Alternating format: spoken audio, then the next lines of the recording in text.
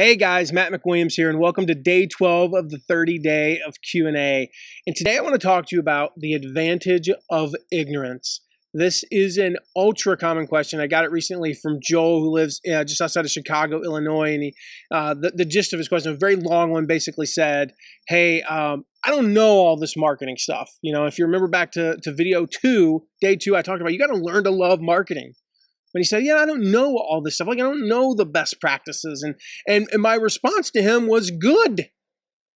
Good. There is an advantage to ignorance. You know, I wrote a blog post a while back, and I talked about not the Chicago Red Sox. Yes, I got Chicago on my mind, thanks to Joel. But talked about the 2004 Boston Red Sox, and the 2004 Boston Red Sox. It was Johnny Damon, Big Papi, David Ortiz. Oh my gosh, Manny Ramirez. I mean, good grief, the list goes on, and I'm trying to think of who else. Jason Varitek. You know, I mean, all these guys.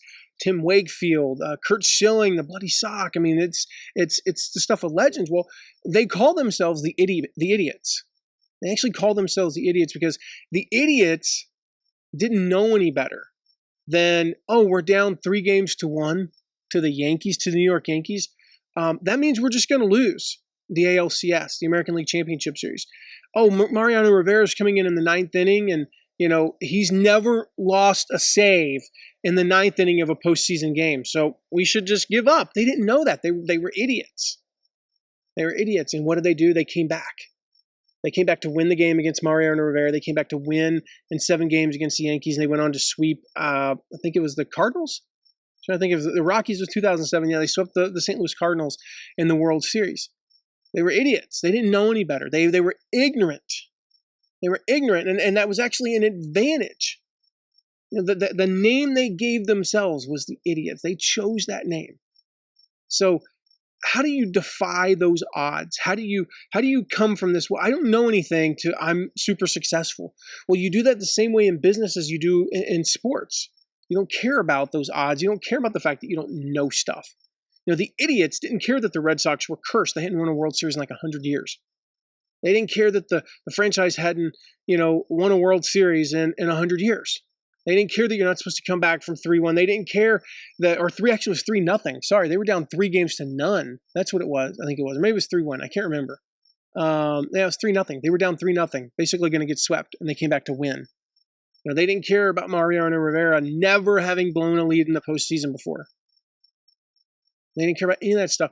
They were self-proclaimed idiots, and ignorance was a competitive advantage. Yeah, I remember when I started, I think it was my second business, and we had grown this thing. We had grown this thing from the ground up. You know, the prototypical startup story. We were in the CFO's garage, and then we hired our first person, and then we hired our second person, and then suddenly we needed an office, and suddenly we found ourselves, we had like 10 employees and a couple of $1 million in revenue every year. We're like, man, we're getting big time, right? And then we made the mistake, and we said we need to hire industry experts. We need to hire people who knew what they were doing.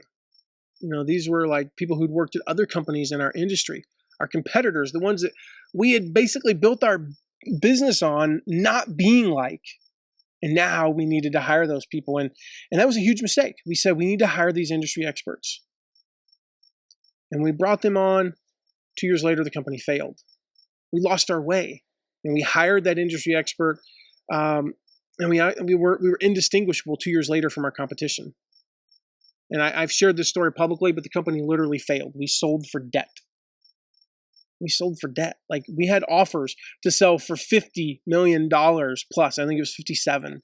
And we ended up selling for debt because we lost our way. If you want to know about this, like this ignorance idea, go read Malcolm Gladwell's book, David and Goliath. And he shares, I'm having to look here, the name, because otherwise I was going to totally butcher it. A guy named Vivek Ranadive, I think. And he coached a bunch of 12-year-old basketball girls. Yes, 12-year-old girls in basketball. He didn't know how to coach basketball. He was a soccer guy I believe from Africa. And none of these girls had ever played basketball before. And I think they ended up finishing like runner-up in the national championships.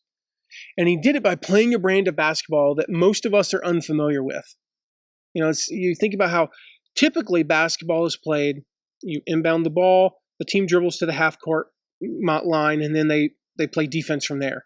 When you shoot and score, You run back to the other side of the court. His team didn't do that. They pressed the entire game.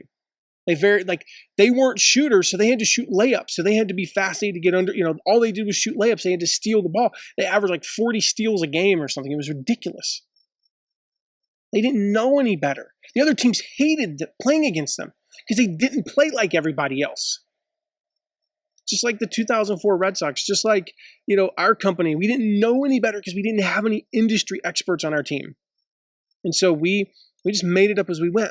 And when I think about our business, how does this this ignorance mindset pay off for us? Well, live leaderboards. We innovated live leaderboard, like we invented the live leaderboard for affiliates. I went, wait a minute, I'm an affiliate. I'm annoyed when there's not a live leaderboard, when I don't know where I stand.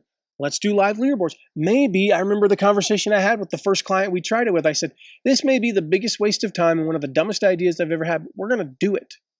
And lo and behold, today, almost everybody does them. The training webinars that we do, almost nobody was doing those when we first started doing them. In fact, that I know of, literally nobody was. We would actually train our affiliates, especially those beginner to intermediate affiliates. We would train them on how to do affiliate promotions. And then over time, they would grow and they would know how to do it the right way. We've trained them in their ways.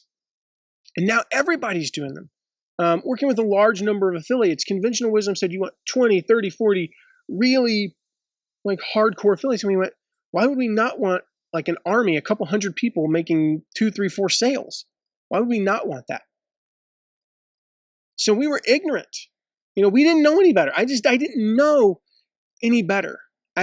Just like the guy I talked to about the basketball coach, he didn't know any better. The idiots didn't know any better. When we started our company, we didn't know any better. And so all of those guys, all those examples, they did the same thing that our business did in its first 3 years. We did the same thing that the Red Sox did, that Vana Dive, did, the same thing that I'm asking you to do. Consider ignorance your biggest asset. Use your lack of knowledge to your advantage. So if you have a story, I'm curious to hear from you guys. If you have a story of how ignorance paid off for you, if you're not on mattmcwilliams.com, make sure to go over and find this video there, or just leave it below in the comments. There should be a comment section wherever you're watching this. Leave a comment below. Let me know, how have you used ignorance to your advantage? I can think of a couple dozen ways that I've used it in our business, but don't let that be something that holds you back. Just because you're ignorant of marketing, just because you haven't read all the books. I feel like I'm doing like Chris Farley on SNL, just because I don't own a toothbrush. No, but seriously, you haven't read all the books. Good. Read them, but good. Don't try to copy what everybody else is doing. Just make up your own stuff. Be your own brand and do your own thing and use ignorance to your advantage. Guys, I'm Matt McWilliams. Again, if you're not on mattmcwilliams.com, head on over there. I've got tons of free resources for you to learn how to make more money as an affiliate, to run your own affiliate launches, and to blow up your business, grow exponentially, guys. mattmcwilliams.com.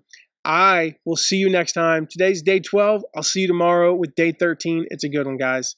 Till next time.